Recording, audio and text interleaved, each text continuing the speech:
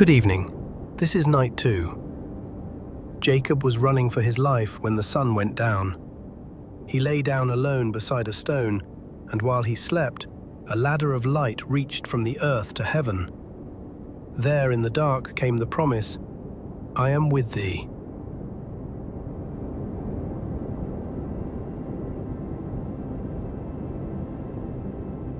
And welcome, the Bible at Night.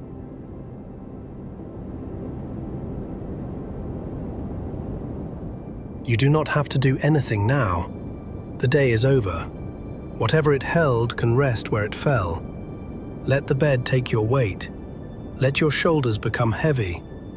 Let your hands be still, and let your eyes close whenever they are ready.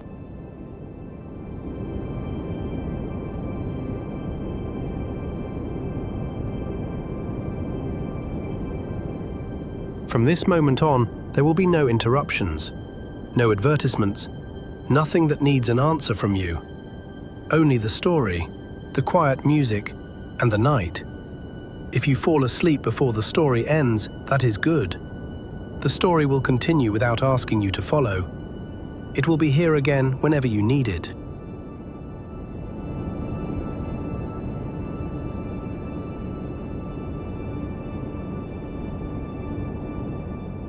Tonight, keep only 3 simple images. A man asleep beside a stone, a ladder made bright against the night, and an empty place that was not empty at all.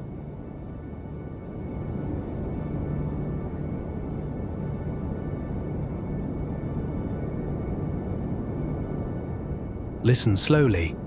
There is nowhere else to go.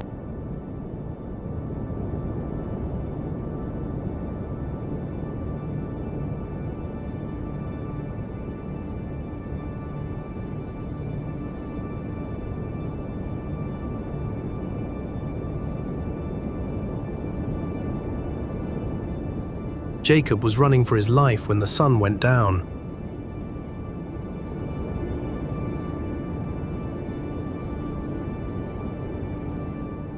Not running with his feet in a wild panic, not looking over his shoulder at every step.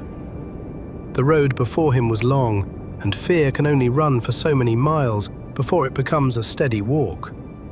But he was fleeing. Behind him was the home of his father, Isaac. Behind him was his mother, Rebekah. Behind him was his brother Esau, angry enough to speak of killing him.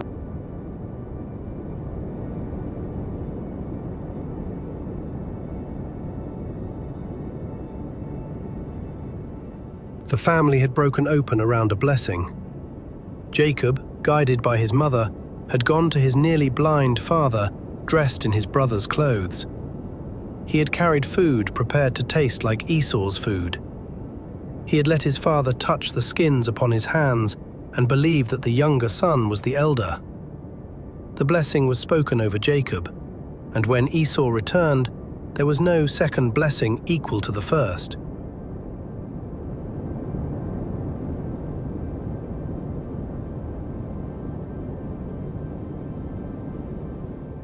Scripture does not ask us to pretend that Jacob was blameless. He left home carrying the consequence of deceit, the pain of a brother, the fear of what might happen next, and a blessing he had received through a divided house. Rebekah heard of Esau's anger. She called Jacob to her and told him to arise and flee to her brother Laban in Haran. "Stay there," she said, "until your brother's fury turns away."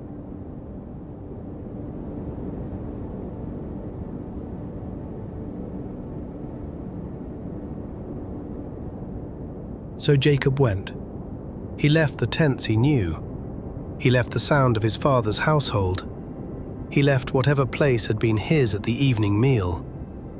The road opened before him, stony and pale beneath the sky, and for the first time in the story, Jacob was truly alone.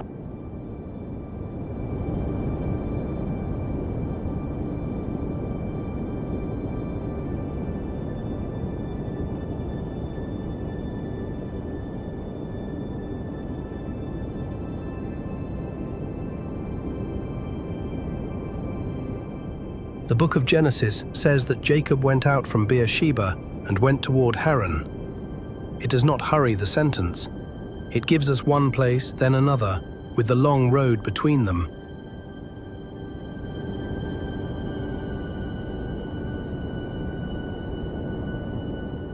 He walked while there was light.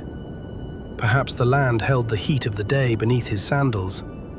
Perhaps dust gathered at the hem of his robe. The low hills became blue at their edges.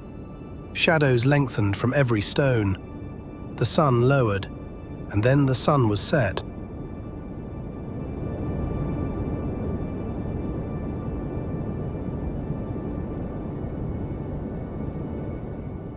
There was no village named in the passage, no house waiting with a lamp, no host standing at a doorway.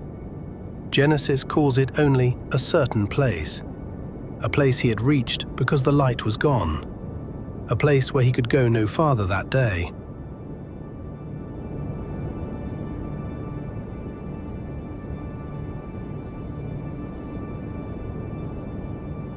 He gathered from the stones of that place and put them at his head.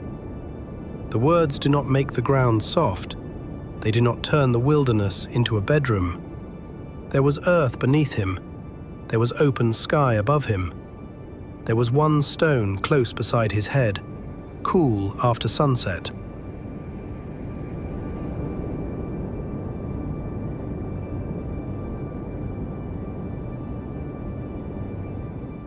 And Jacob lay down in that place to sleep.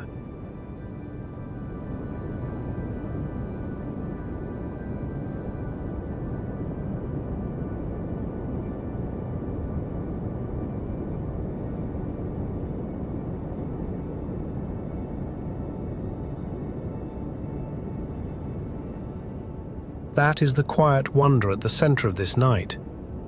Jacob could not solve the anger behind him before he slept.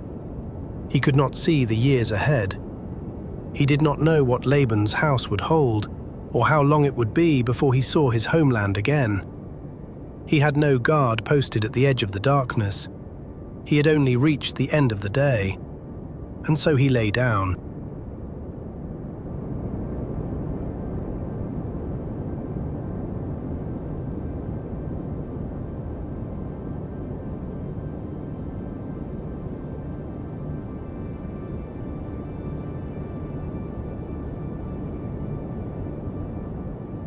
There is a kind of courage in continuing along a road, and there is another kind of courage in admitting that, for tonight, the road must wait.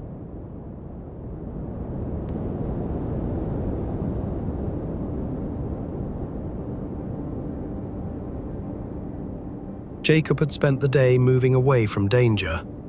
Every mile had asked something of him. Another rise in the ground, another stretch of open country. Another moment in which the home behind him became smaller and the country ahead remained unknown. But darkness placed a boundary across the road. He could not bargain with the setting sun. He could not walk by yesterday's light.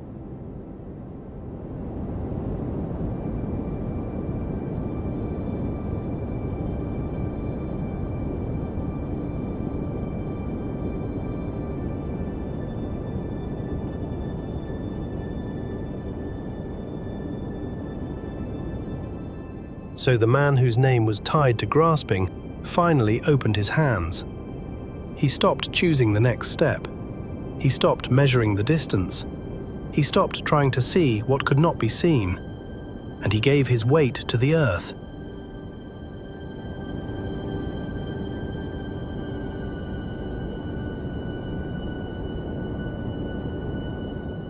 The stone did not promise comfort.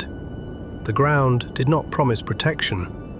The night offered no explanation for what had happened in his family, and no map for what would happen in Haran. Yet sleep came.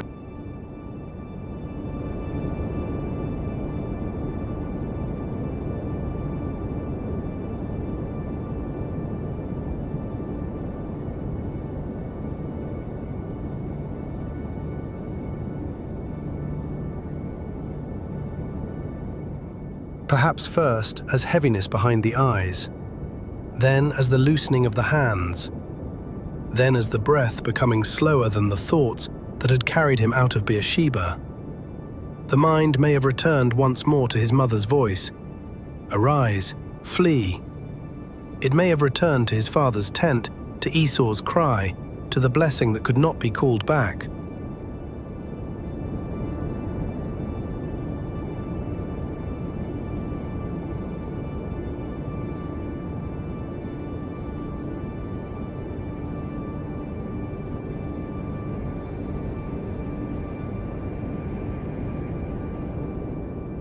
And then those voices receded. The hills became only darkness. The road became only earth. The questions became quieter than the wind moving over the stones.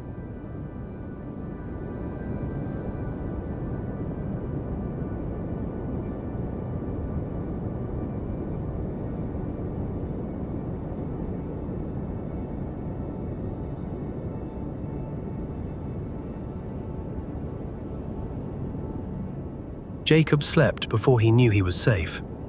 That matters. He did not receive the promise and then decide that rest was reasonable. He rested first. The dream came to a man who was no longer managing the night.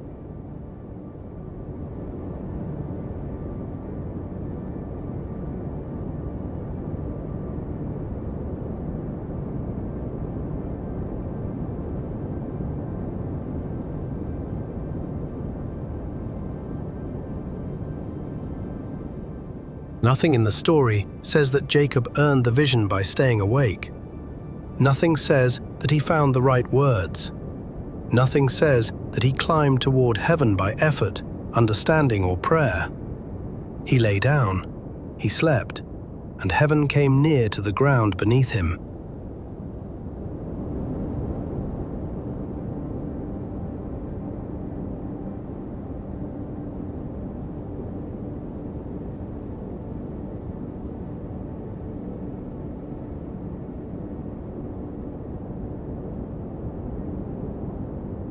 The night covered the road.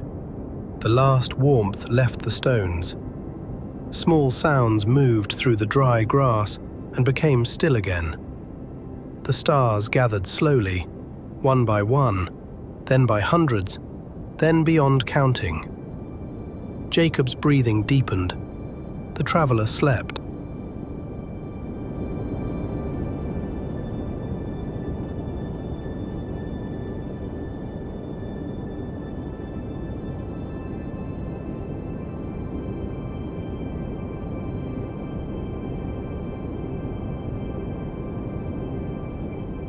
Had he dreamed?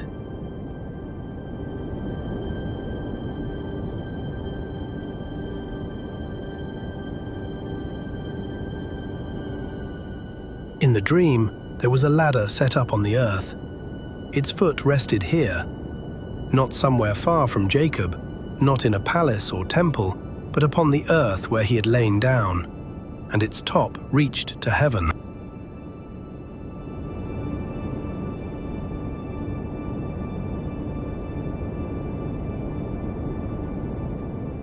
It rose through the dark like a road made of light, step after step, higher than the hills, higher than the reach of any tower, the brightness continuing until earth and heaven were held within one vision, and upon it were the angels of God, ascending and descending.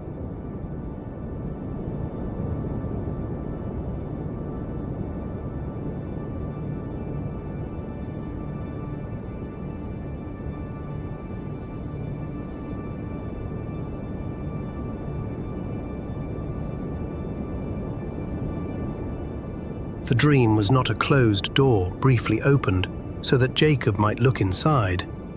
It was movement, heaven toward earth toward heaven, messengers going up and coming down. The ground beneath the sleeping fugitive joined, in the dream, to the presence above him.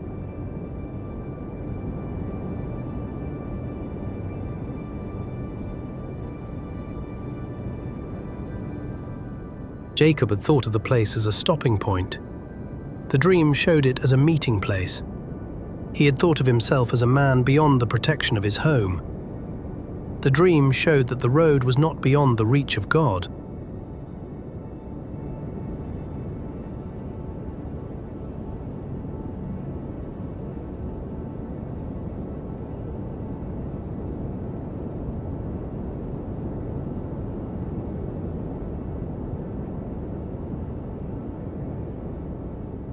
The ladder was beautiful. The angels were beyond anything Jacob had seen, but the center of the dream was not the ladder. The center was the voice.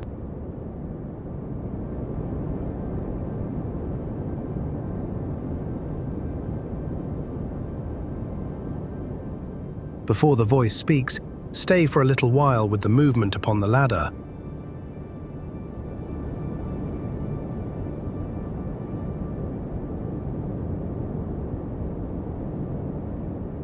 The angels of God were ascending and descending, not gathering in confusion, not rushing as though heaven had only now discovered where Jacob lay. They moved upon a way that was already there.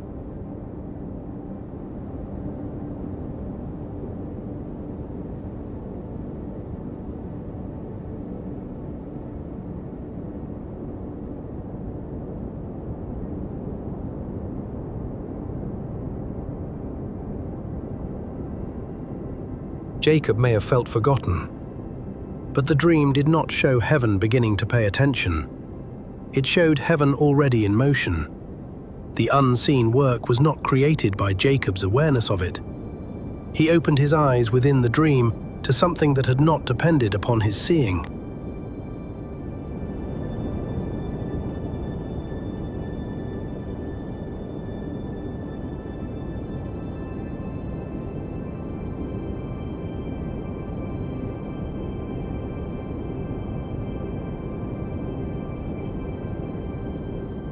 Some messengers ascended, some descended. The ladder held both directions, prayer and answer, earth and heaven, need rising from the ground and mercy coming down toward it.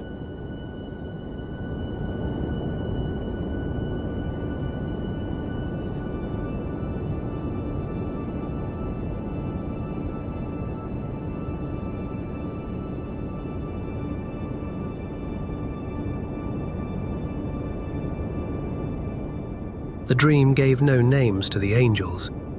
It did not ask Jacob to follow one of them. It did not invite him to count them or understand their errands. They were enough as a sign. The lonely place was not outside the traffic of heaven.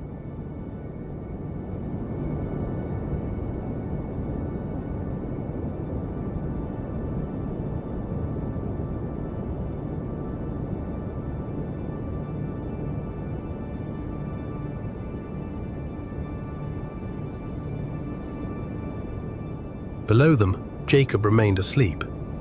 The angels did not wake him in alarm. The ladder did not demand that he stand. The brightness did not turn the night into day. The vision unfolded within sleep, and sleep remained the place in which Jacob received it.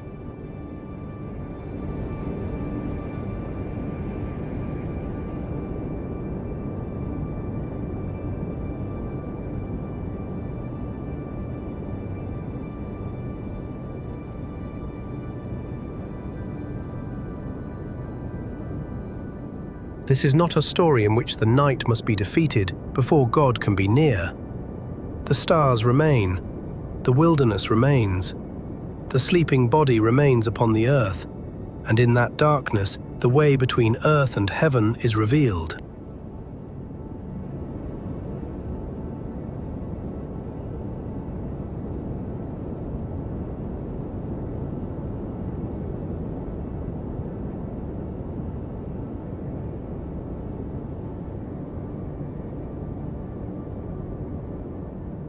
Then the wonder becomes personal. The voice does not speak only of ladders, angels, lands, or generations. The voice speaks to the traveler beneath them.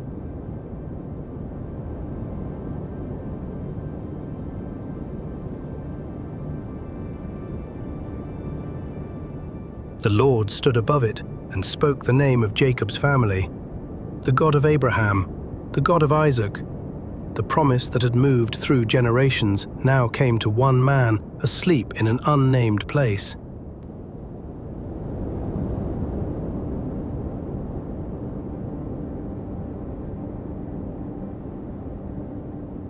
The land on which thou liest, the voice said, to thee will I give it, and to thy seed.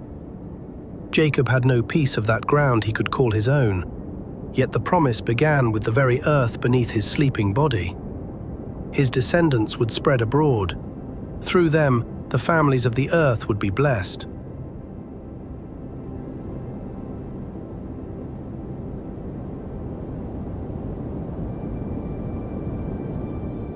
And then came the words for this particular night.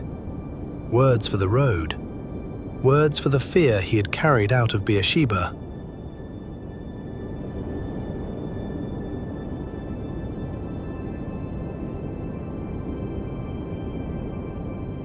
And behold, I am with thee.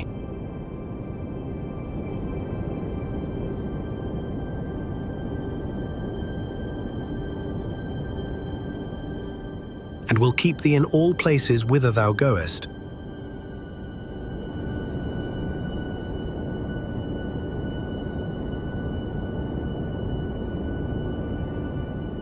And will bring thee again into this land.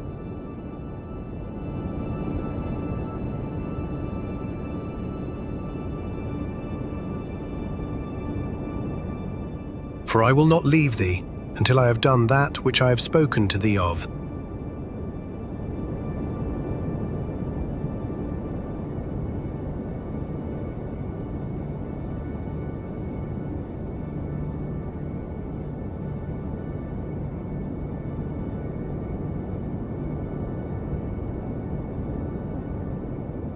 I am with thee. Not, you have understood everything. Not, the road will be short. Not, you will never be frightened again. I am with thee.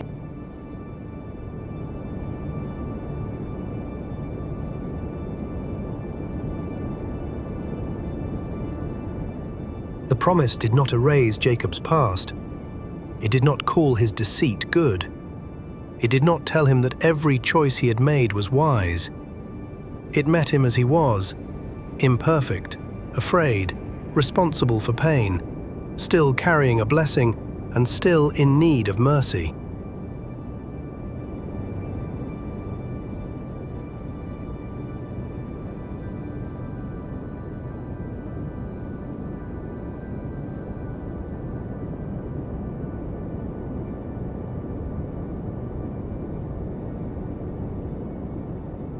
And perhaps that is why this night has remained with so many people, because it is not the story of God finding a man after he has made himself worthy of being found. It is the story of presence arriving while a man sleeps, before he can repair anything, before he can prove anything, before he can even take the next step.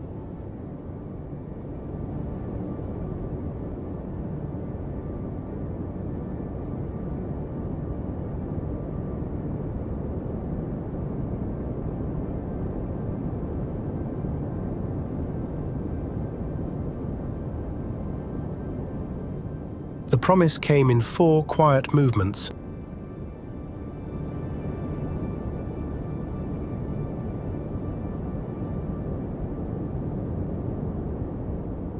I am with thee. I will keep thee. I will bring thee again. I will not leave thee.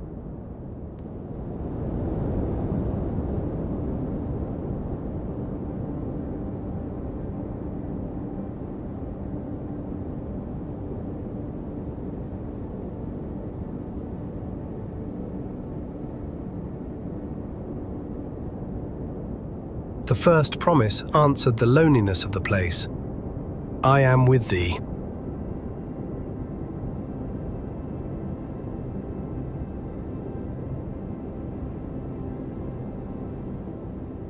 Jacob had left the people whose voices and footsteps had filled his life. No servant is named beside him. No brother shares the road. No fire marks a camp around him. Yet presence is spoken before protection, before destination, before return.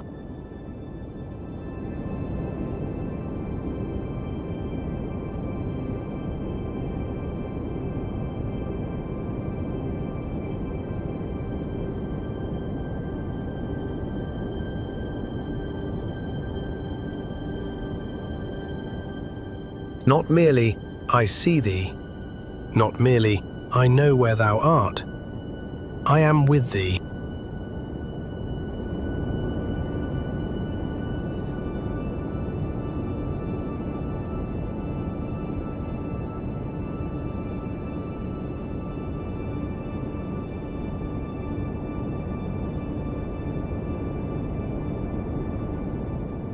The second promise answered the uncertainty ahead. I will keep thee in all places whither thou goest.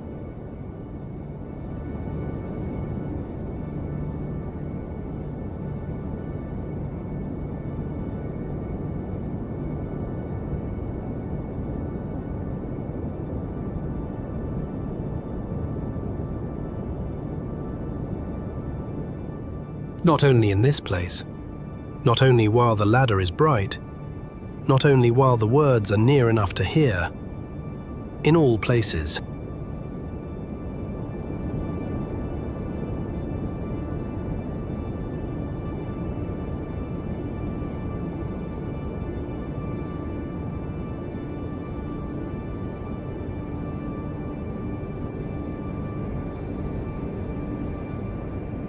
The promise would have to travel. It would have to cross dry country and unfamiliar thresholds. It would have to enter Laban's household, pass through years of labor, remain through warm days and cold nights, and meet Jacob again wherever fear returned.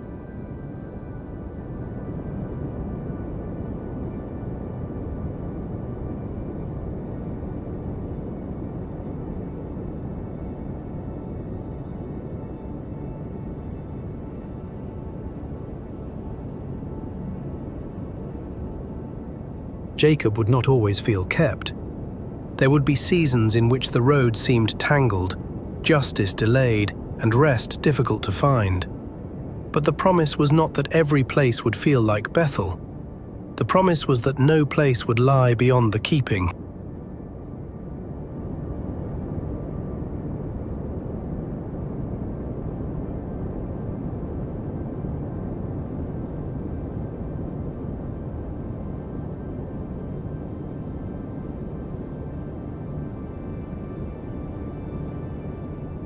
The third promise answered the distance from home.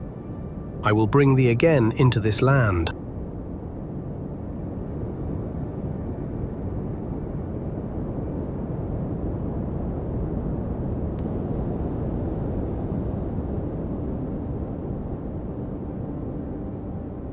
Jacob had walked out under the word flee.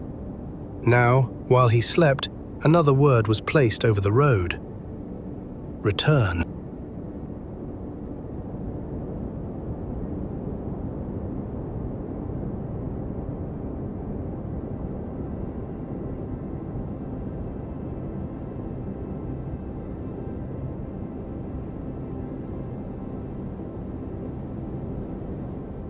He could not see how return would happen. He could not know when Esau's anger would cool, what years would pass, what family would travel with him, or how different he himself would be when the Jordan lay before him again. The promise did not give him the route. It gave him the ending toward which the route would bend.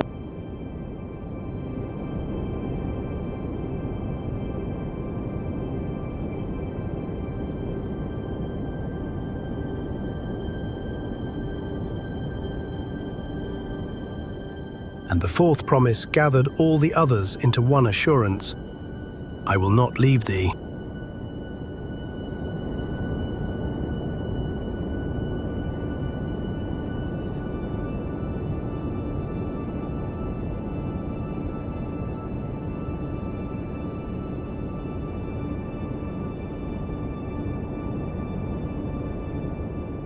There are promises that depend upon our perfect memory of them.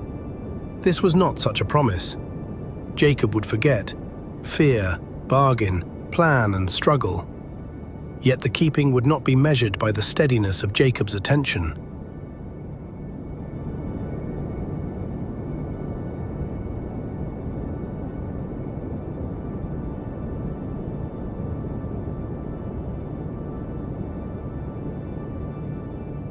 I will not leave thee until I have done that which I have spoken to thee of.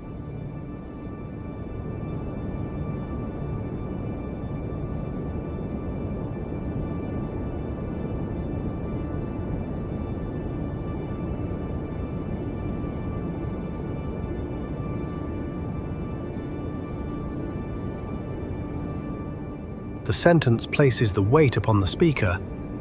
I am with thee. I will keep thee. I will bring thee again. I will not leave thee.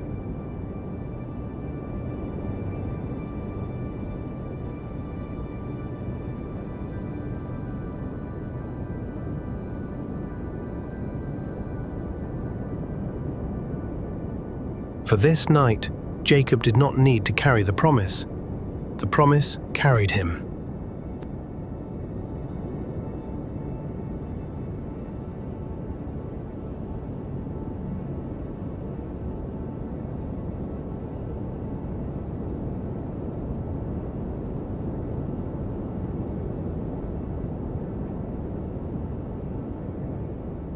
The light held the ladder.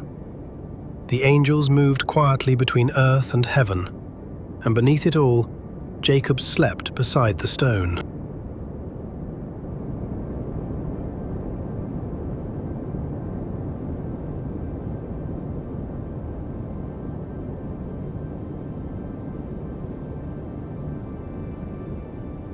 Then Jacob awoke out of his sleep.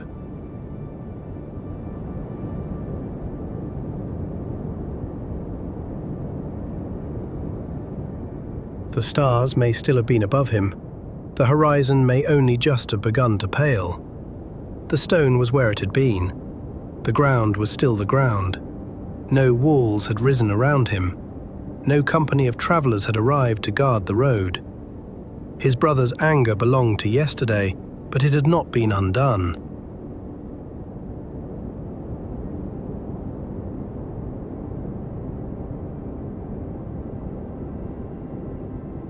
And yet Jacob said, "Surely the Lord is in this place, and I knew it not."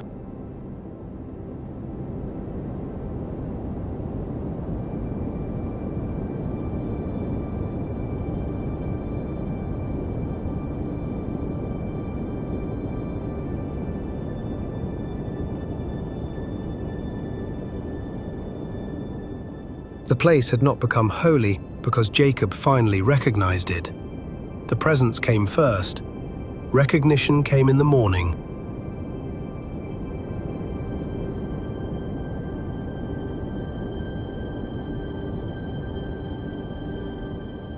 Jacob was afraid. Not the same fear with which he had left home, but awe.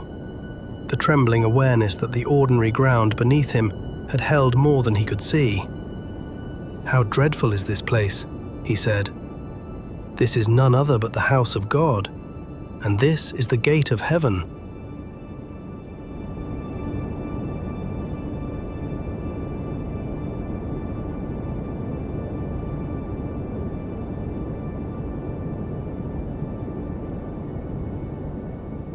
The gate of heaven. Not a gate built of wood or iron, no city wall, no hinge, no lock. Only a certain place in the dark, a sleeping man, a ladder in a dream, and a promise that joined the road below to heaven above.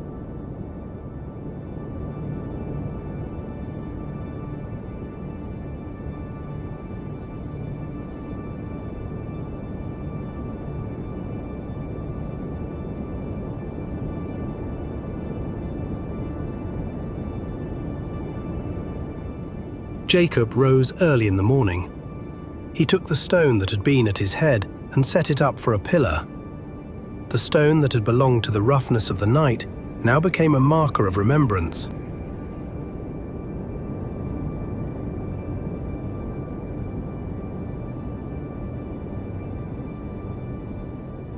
He poured oil upon the top of it, and he gave the place a name: Bethel, the house of God.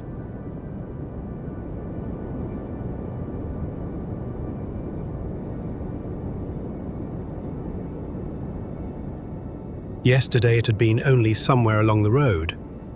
By morning it had become a place he could return to in memory, a place where fear and promise had met, a place where Jacob had learned that his own awareness was not the measure of whether God was near.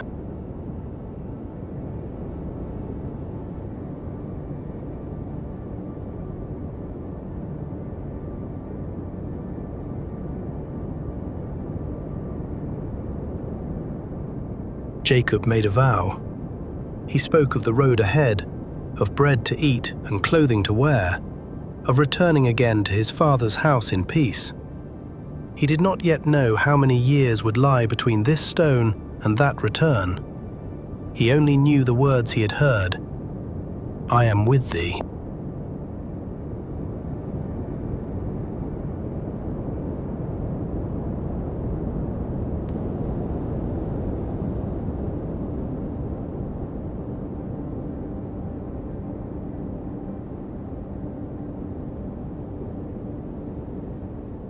The story did not become easy after Bethel.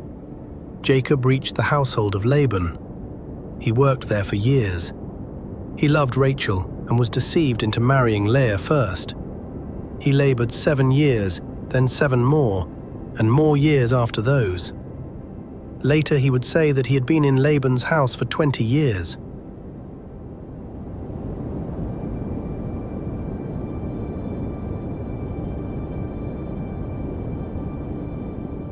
By day, the drought consumed him.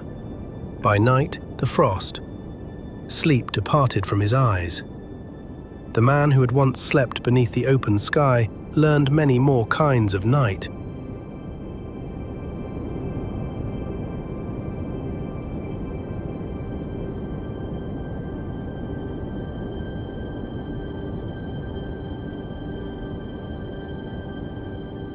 He gained a household. Children were born, flocks multiplied, relationships tangled and strained.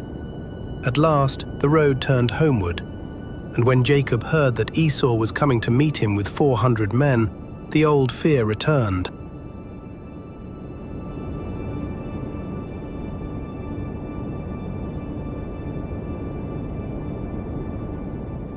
Jacob prayed.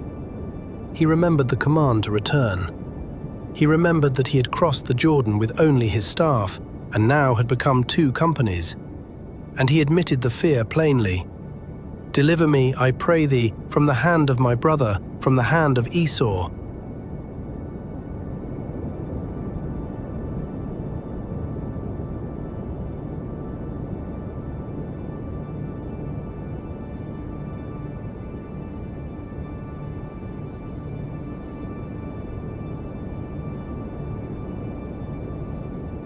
The promise of Bethel had not made Jacob incapable of fear.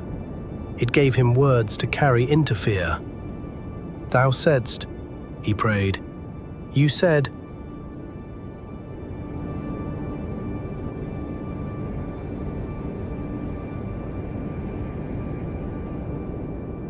The next day Esau came. Jacob moved forward and bowed himself to the ground. But Esau ran to meet him. He embraced him. He fell upon his neck and kissed him. And the brothers wept.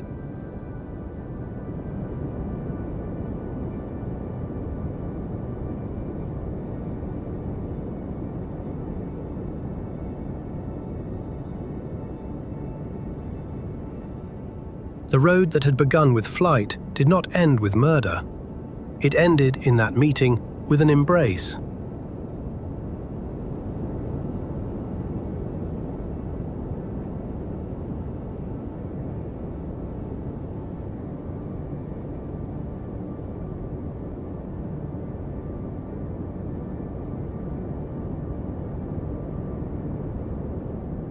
And later, Jacob returned to Bethel. He came again to the place of the stone and the remembered ladder. He built an altar there, and he spoke of God as the one who had answered him in the day of his distress, and had been with him in the way which he went.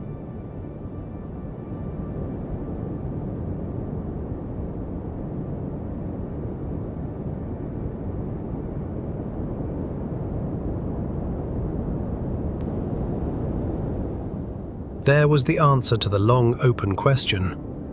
The promise had not meant that Jacob's road would contain no cold, no labor, no conflict, no fear. It meant the road would never be empty of presence.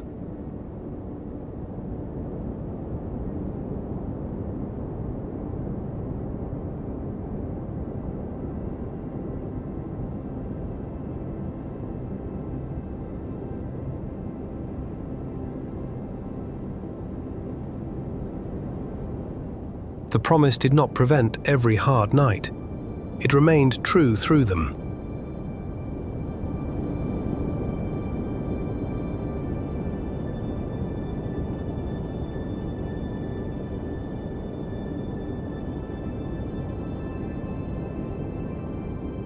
The man beneath the ladder was not replaced by a man who never trembled again. He became a man who could tremble and remember.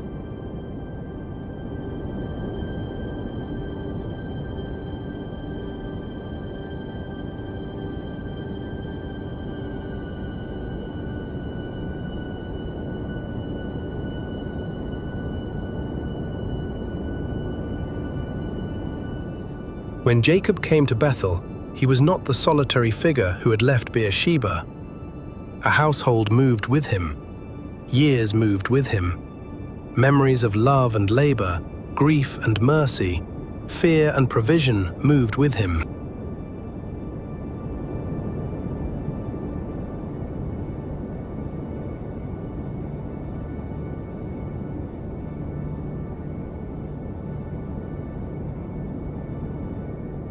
But the place remembered the beginning. The ground had once held a sleeping man with almost nothing. The stone had once stood in the morning light. The name Bethel had once been spoken over a place known only as a certain place.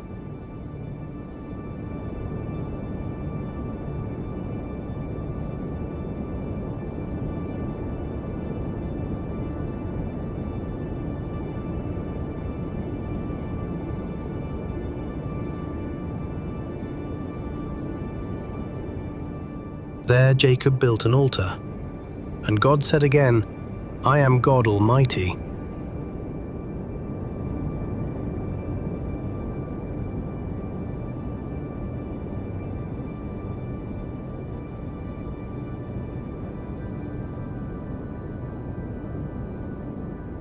The old promise had crossed the years.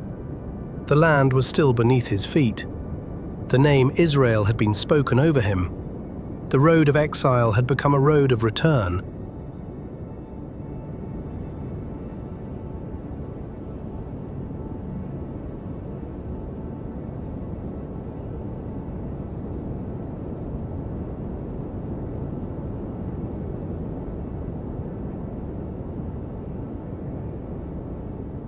Jacob could look back and say that God had answered him in the day of his distress, and had been with him in the way which he went.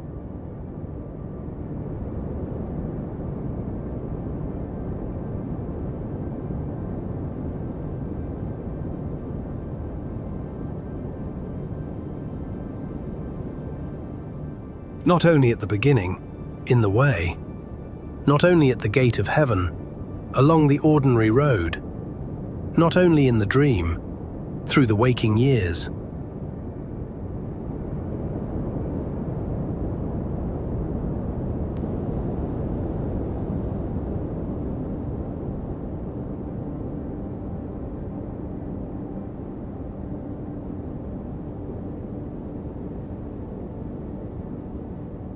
The ladder appeared for one night. The promise lasted for the journey.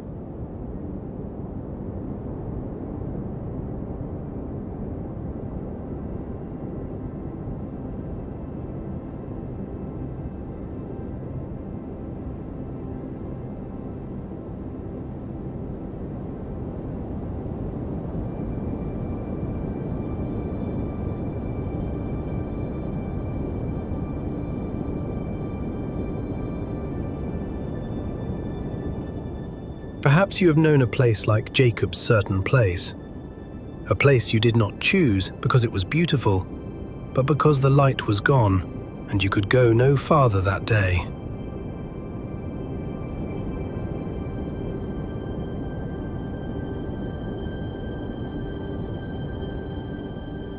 Perhaps tonight is only a stopping place. Perhaps there are questions behind you and questions ahead. Perhaps there is something you cannot repair before morning, and something you cannot yet see beyond it. You do not have to walk that road now.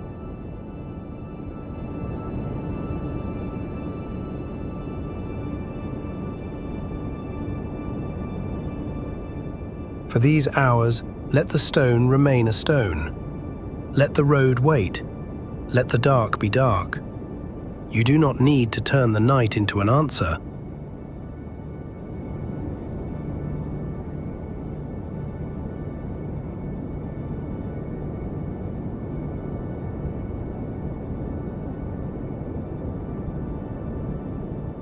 Jacob did not climb the ladder. He slept beneath it.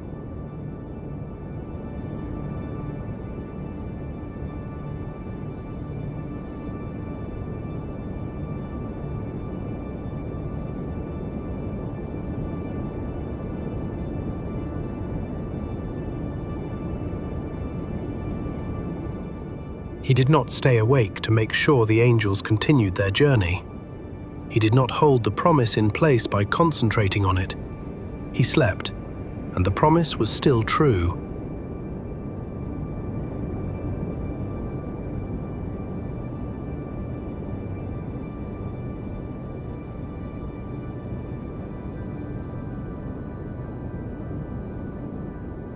I am with thee, and will keep thee in all places whither thou goest. I will not leave thee.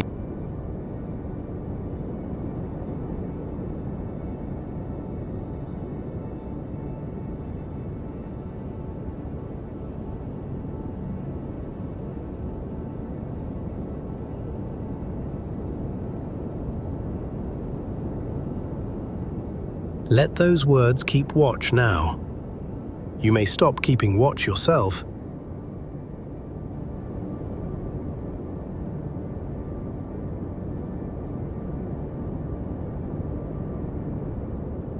The psalmist wrote, I will both lay me down in peace and sleep, for thou, Lord, only makest me dwell in safety.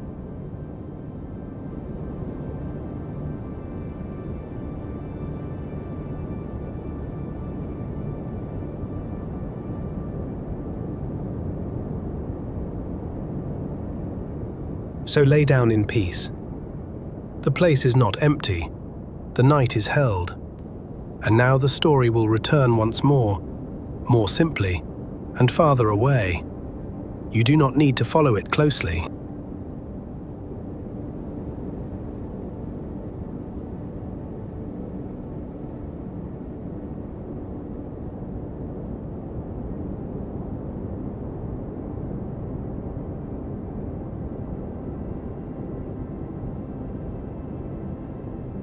Once there was a man named Jacob walking away from home. The road was long, and when the sun went down, he stopped in a certain place.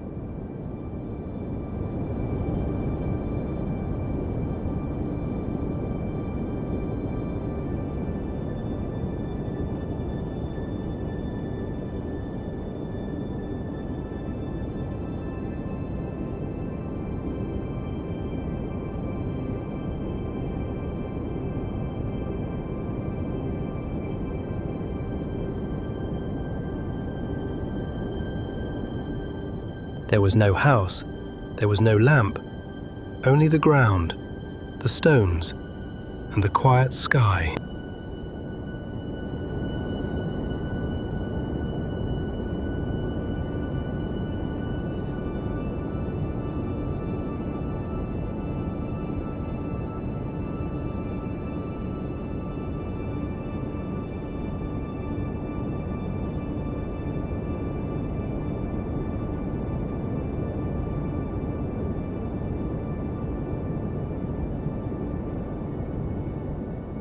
Jacob placed stones at his head. He lay down, and he slept.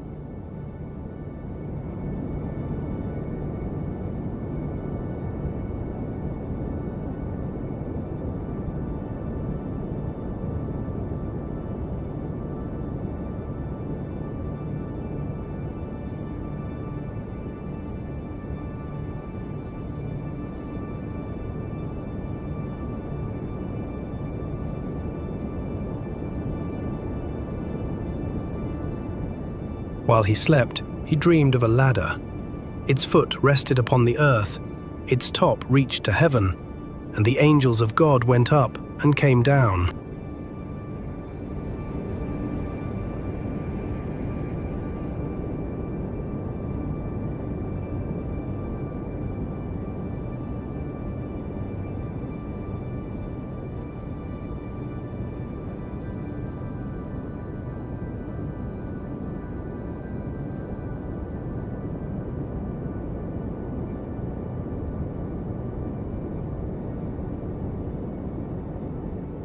Then came the promise. I am with thee. I will keep thee. I will not leave thee.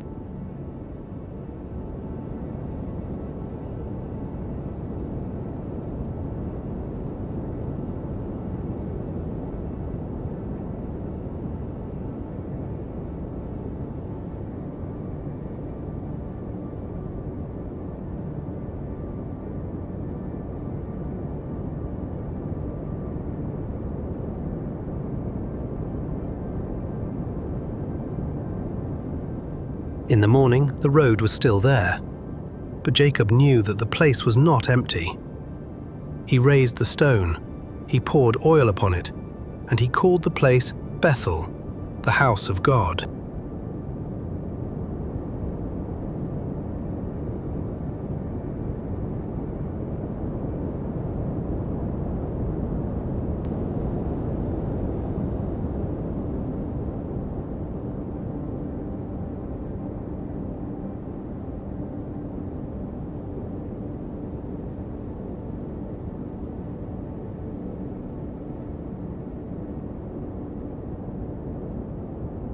Years passed, the road turned, and the promise went with him.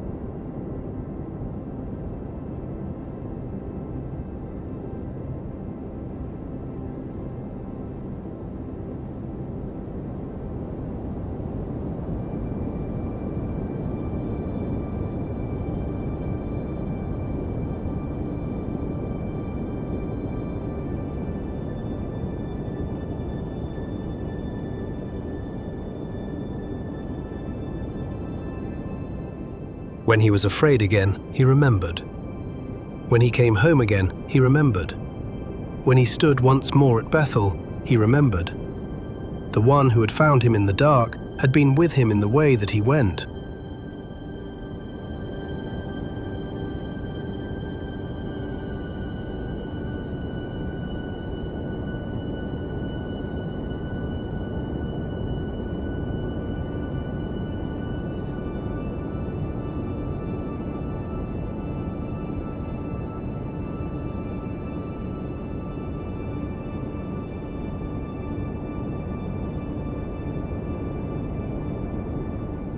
The story may grow simpler now.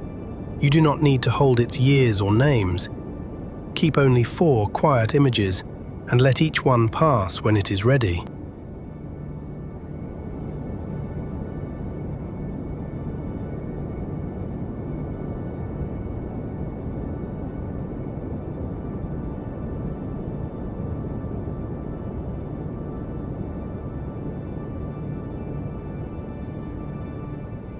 First, the road after sunset.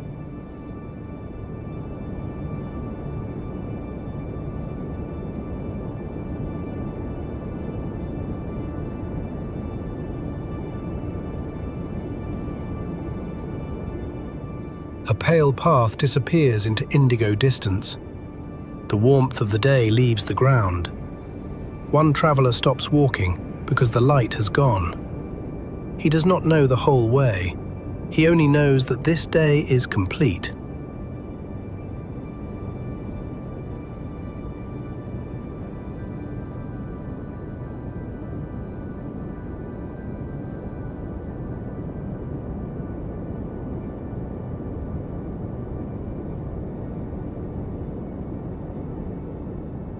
Let the road stop there. No next mile, no next decision, only the place where the traveler rests.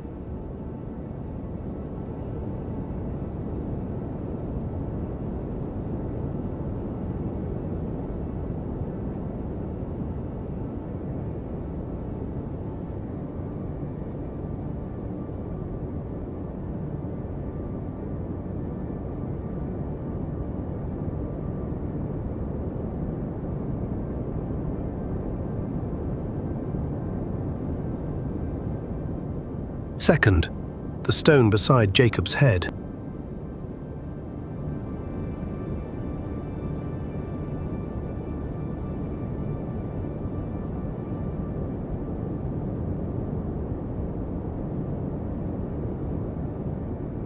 Cool and ordinary, part of the ground. It does not look like an altar.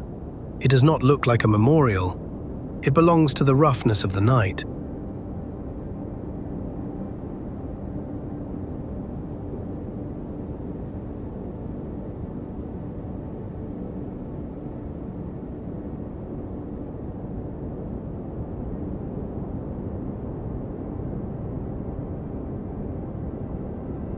By morning, Jacob will lift it, but through the dark hours, it asks nothing. It remains beside him while he sleeps.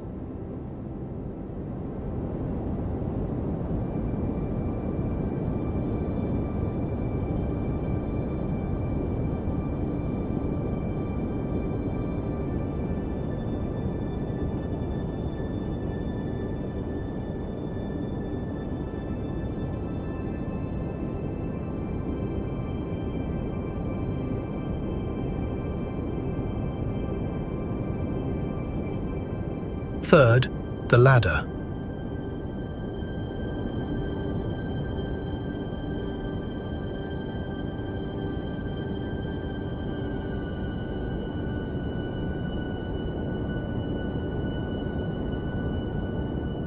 Its foot upon the earth, its top reaching into heaven. Warm light resting upon each step. Angels ascending, angels descending. The way open above a man who is not trying to climb.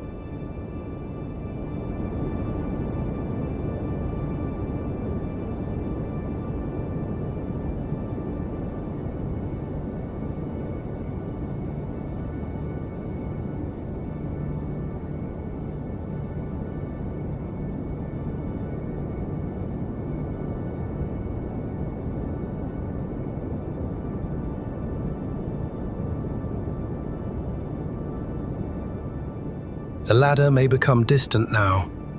Let its gold soften. Let the small figures upon it move beyond the need to follow.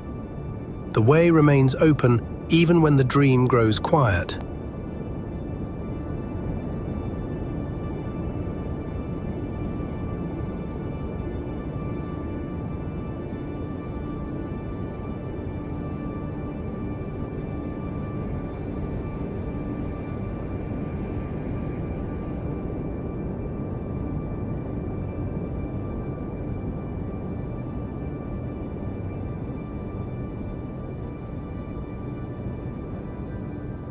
Fourth, the first light of morning.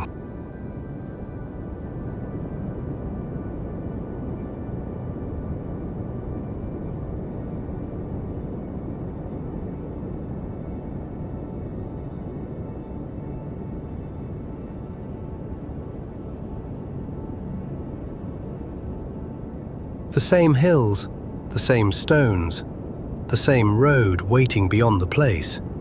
And one man standing where he had lain down, knowing that what seemed empty had held a presence he could not see.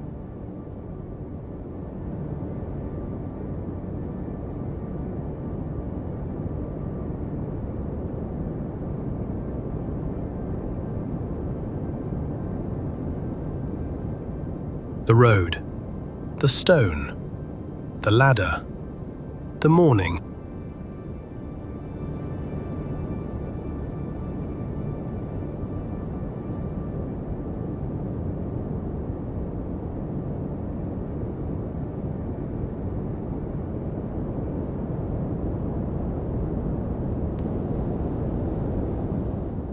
You may let them go in that order. The road grows dark, the stone grows still, the ladder grows faint, the morning can wait.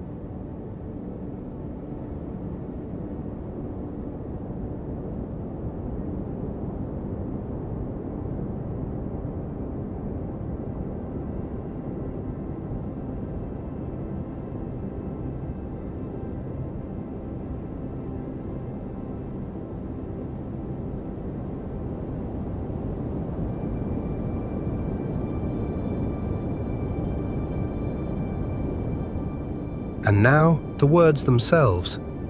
You do not have to follow every sentence. Let them pass slowly, like footsteps far away on a quiet road.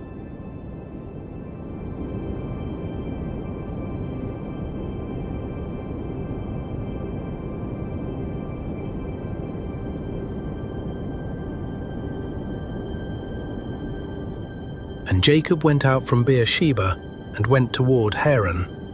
And he lighted upon a certain place and tarried there all night, because the sun was set. And he took of the stones of that place and put them for his pillows, and lay down in that place to sleep.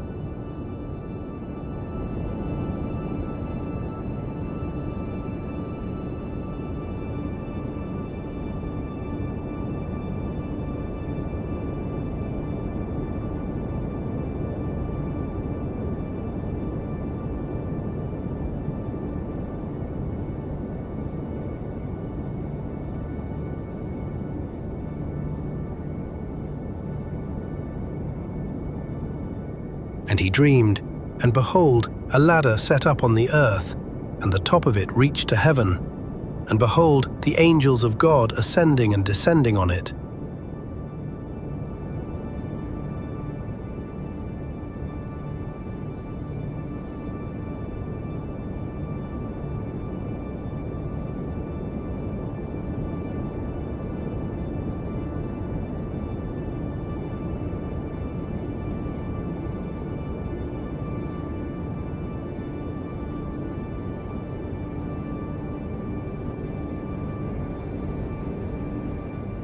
And behold, the Lord stood above it, and said, I am the Lord God of Abraham thy father, and the God of Isaac. The land whereon thou liest, to thee will I give it, and to thy seed.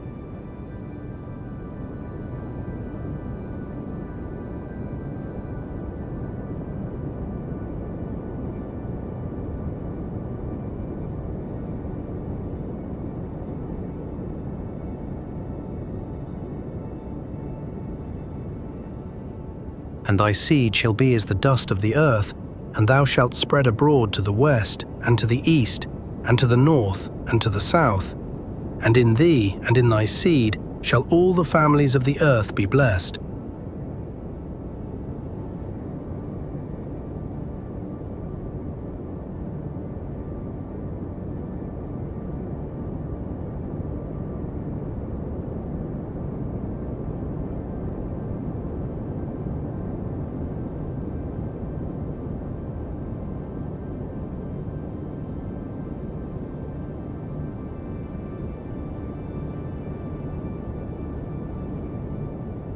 And behold, I am with thee, and will keep thee in all places whither thou goest, and will bring thee again into this land. For I will not leave thee until I have done that which I have spoken to thee of.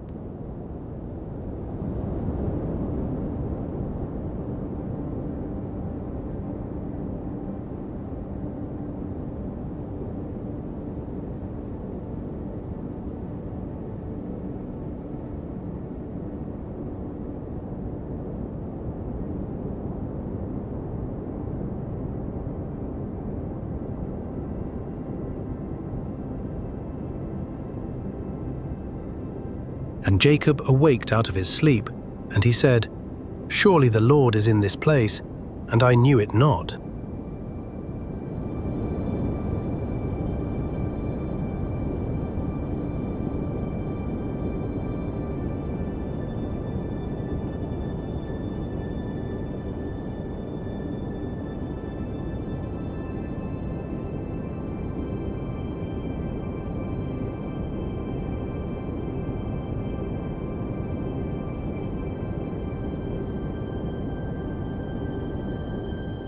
And he was afraid, and said, How dreadful is this place! This is none other but the house of God, and this is the gate of heaven.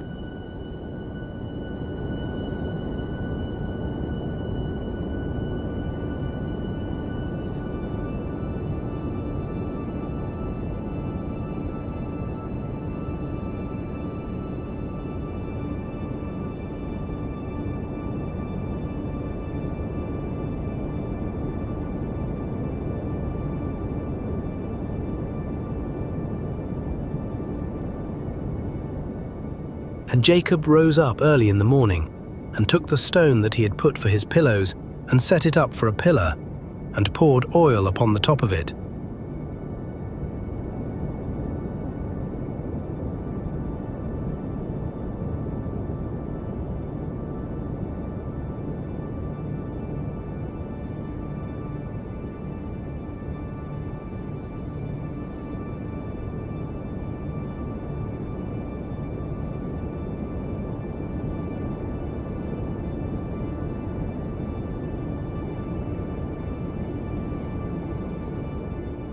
And he called the name of that place Beth-el, but the name of that city was called Luz at the first.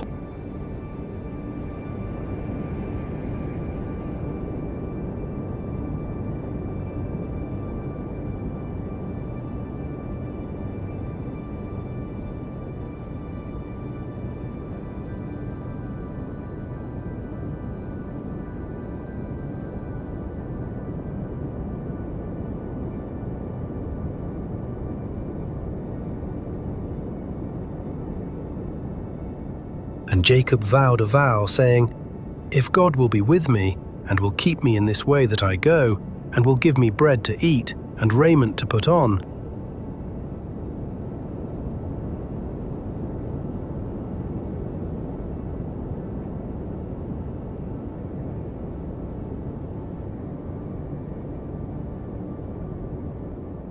so that I come again to my father's house in peace, then shall the Lord be my God."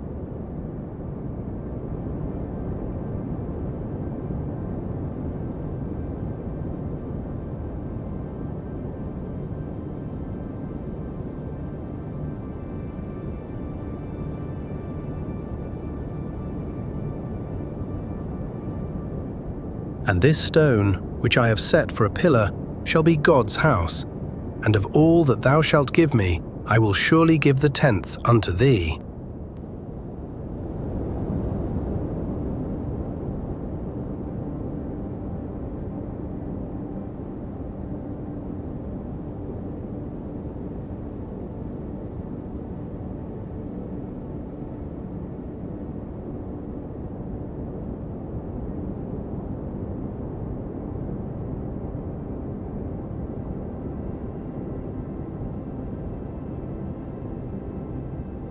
One psalm speaks of the road, of keeping, and of the night. Listen now to Psalm 121.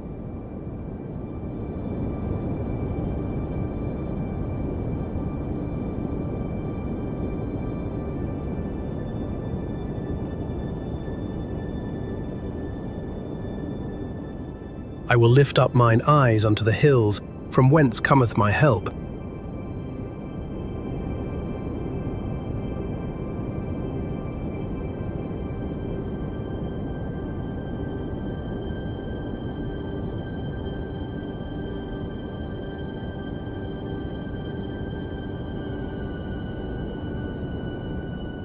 My help cometh from the Lord, which made heaven and earth.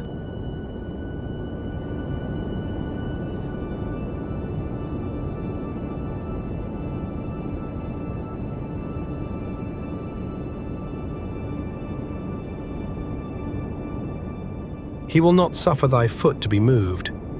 He that keepeth thee will not slumber.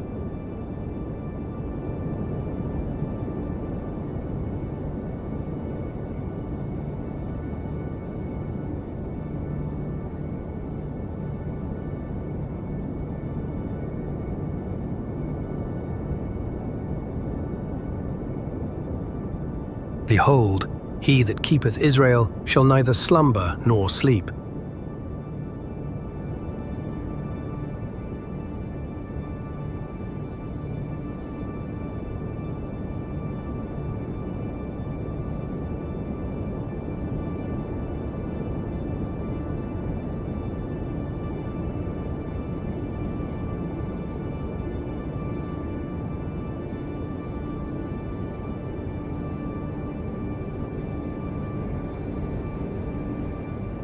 The Lord is thy keeper, the Lord is thy shade upon thy right hand.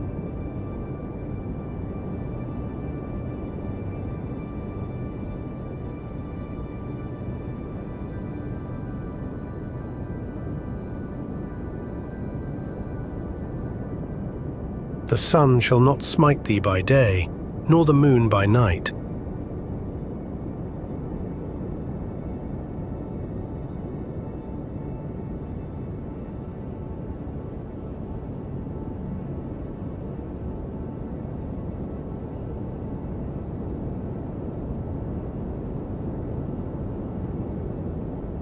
The Lord shall preserve thee from all evil. He shall preserve thy soul.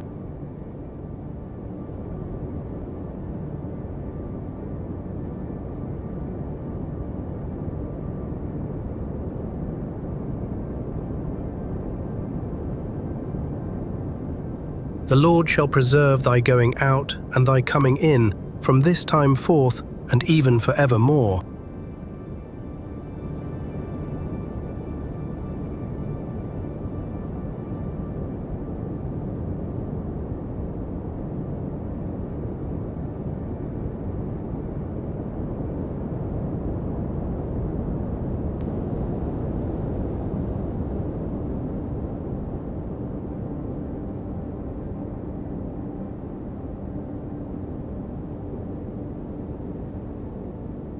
And now another psalm, a psalm of the shepherd. There is no need to picture every line. Let the words carry you as gently as the road has carried the story.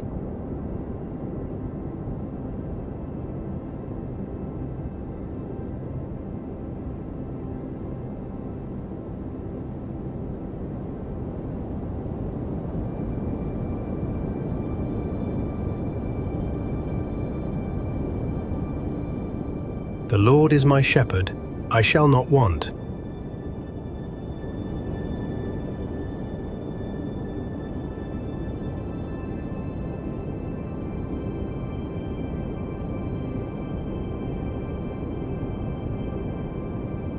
He maketh me to lie down in green pastures.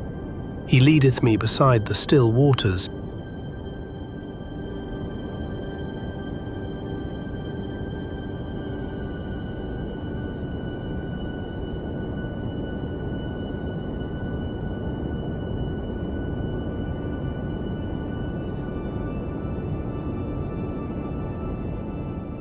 He restoreth my soul. He leadeth me in the paths of righteousness for his name's sake.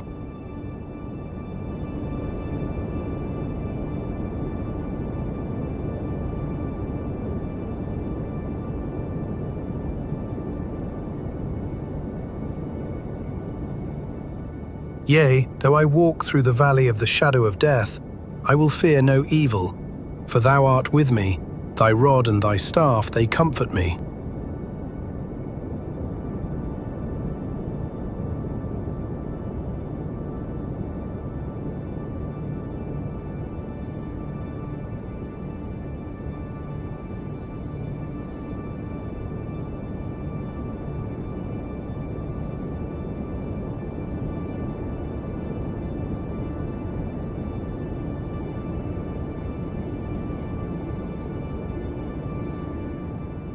Thou preparest a table before me in the presence of mine enemies.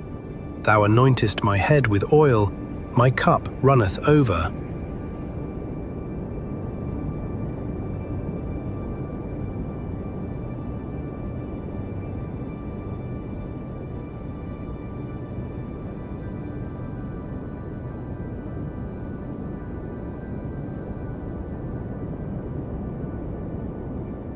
Surely goodness and mercy shall follow me all the days of my life, and I will dwell in the house of the Lord forever.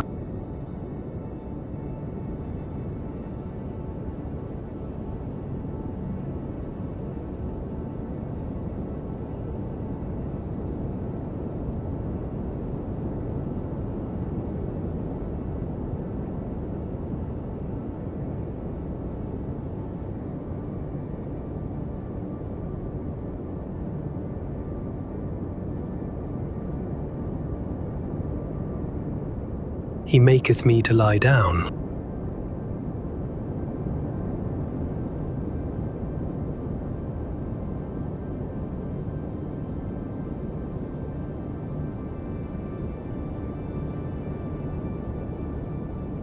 The sentence does not begin with striving. The shepherd leads.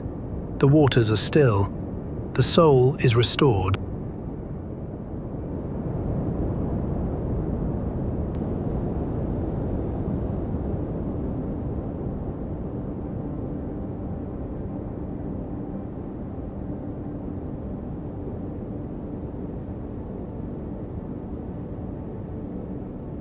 Jacob lay down upon hard ground. The psalm speaks of green pastures. The places are different. The gift is the same. Rest beneath a keeping presence.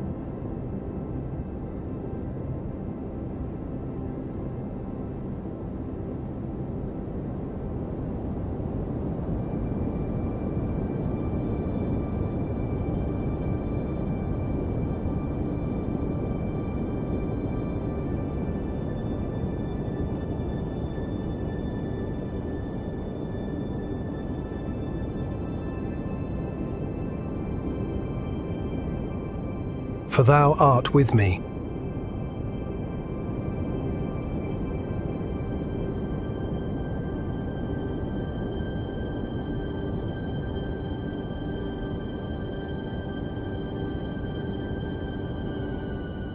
The words belong beside the ladder's promise. I am with thee, for thou art with me.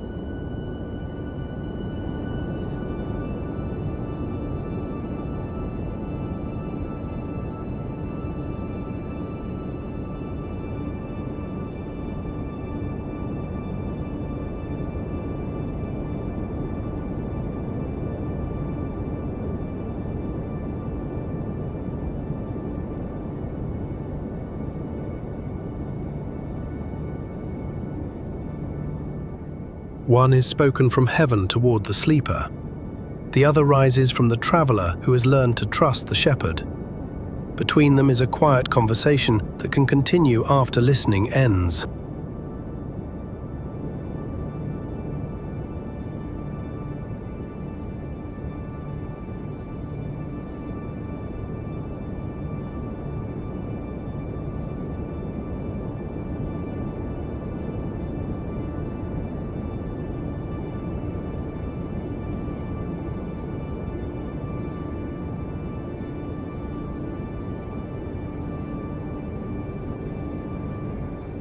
The story is almost ready to become silence. Before it does, hear the promise once more, without hurry.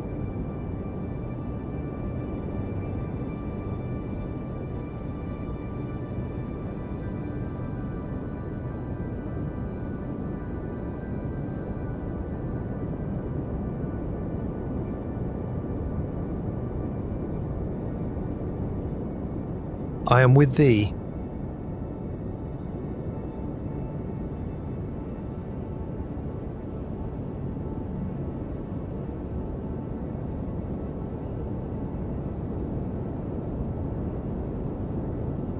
You do not need to search the whole night for proof.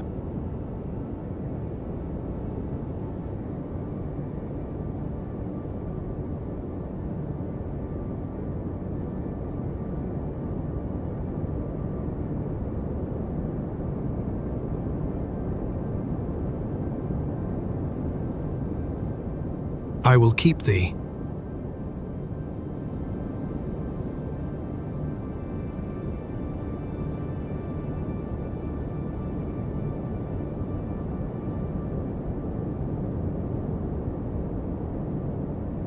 You do not need to remain awake to keep yourself.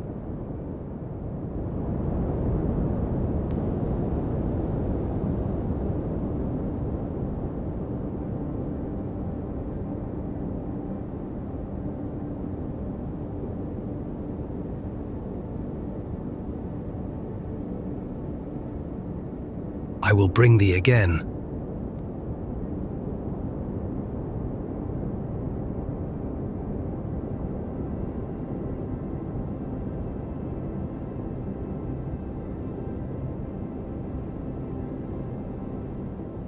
The road may rest outside your sight.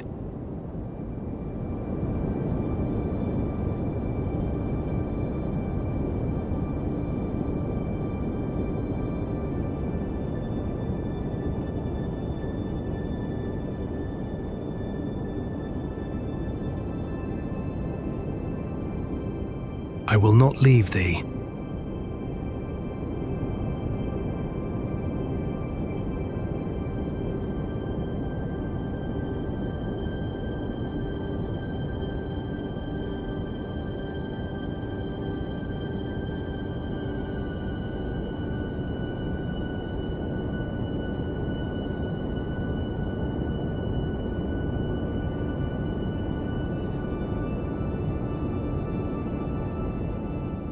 Let the words become fewer.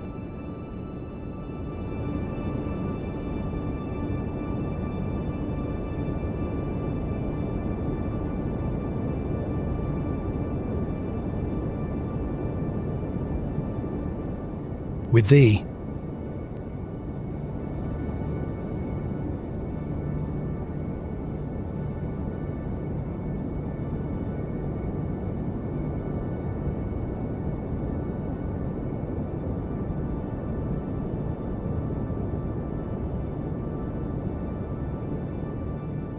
keep thee.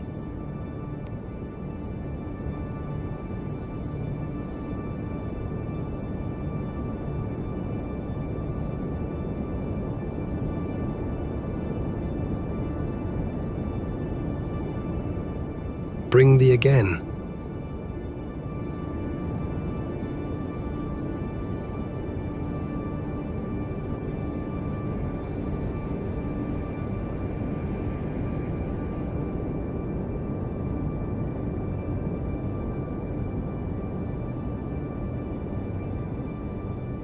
Not leave thee.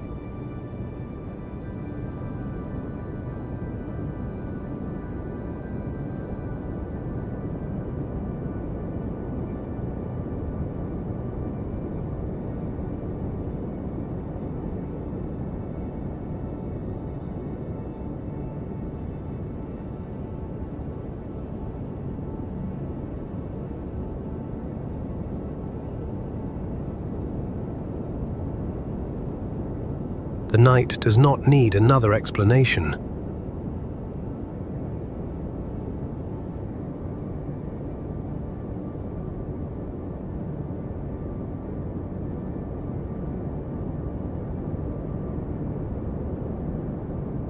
The place is not empty.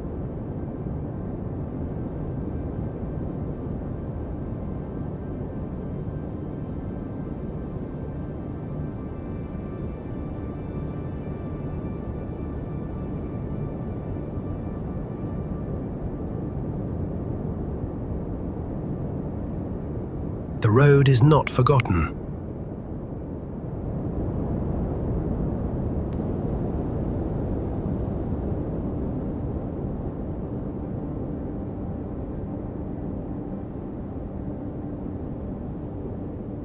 The sleeper is not alone.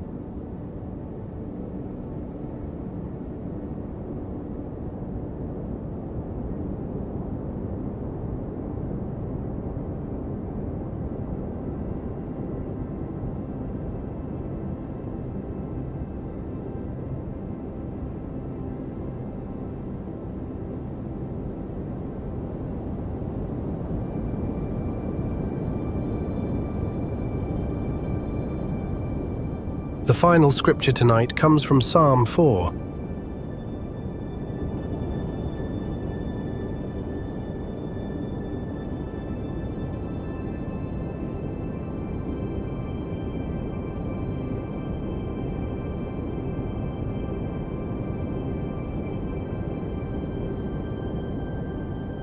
Hear me when I call, O God of my righteousness. Thou hast enlarged me when I was in distress. Have mercy upon me and hear my prayer.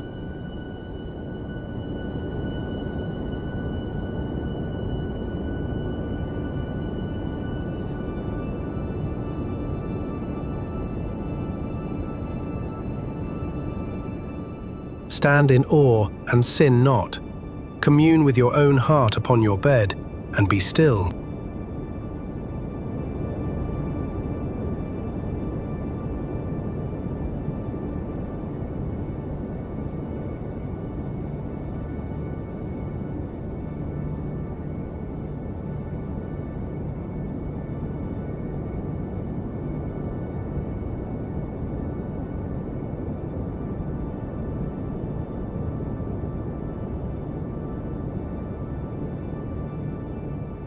Offer the sacrifices of righteousness and put your trust in the Lord.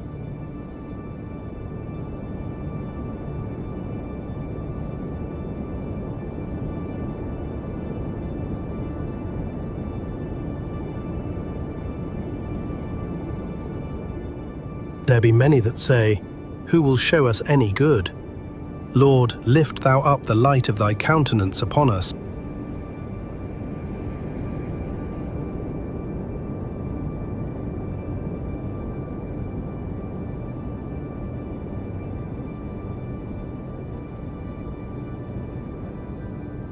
Thou hast put gladness in my heart, more than in the time that their corn and their wine increased.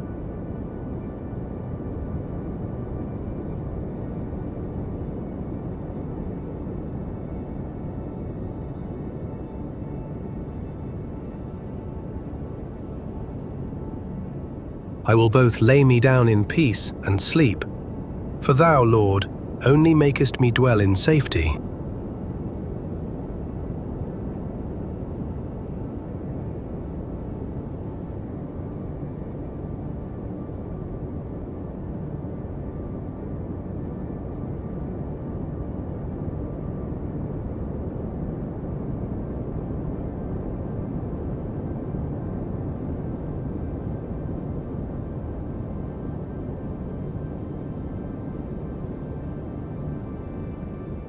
The Lord shall preserve thy going out, and thy coming in.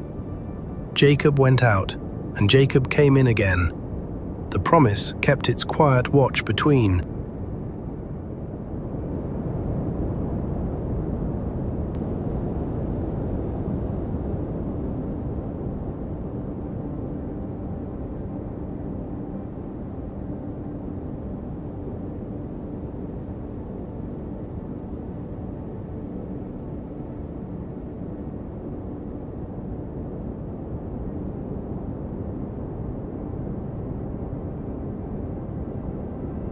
You do not need to listen any longer. The story is complete. The music will keep the watch from here.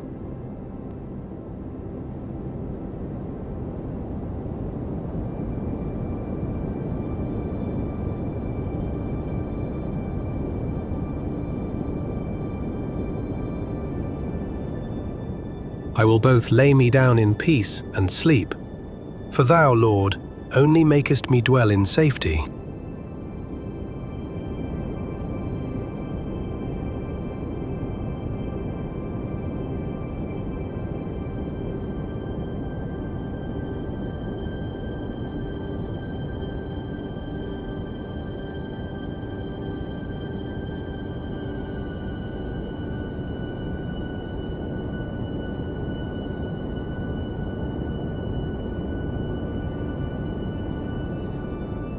Sleep well. The place is not empty, and the night is held.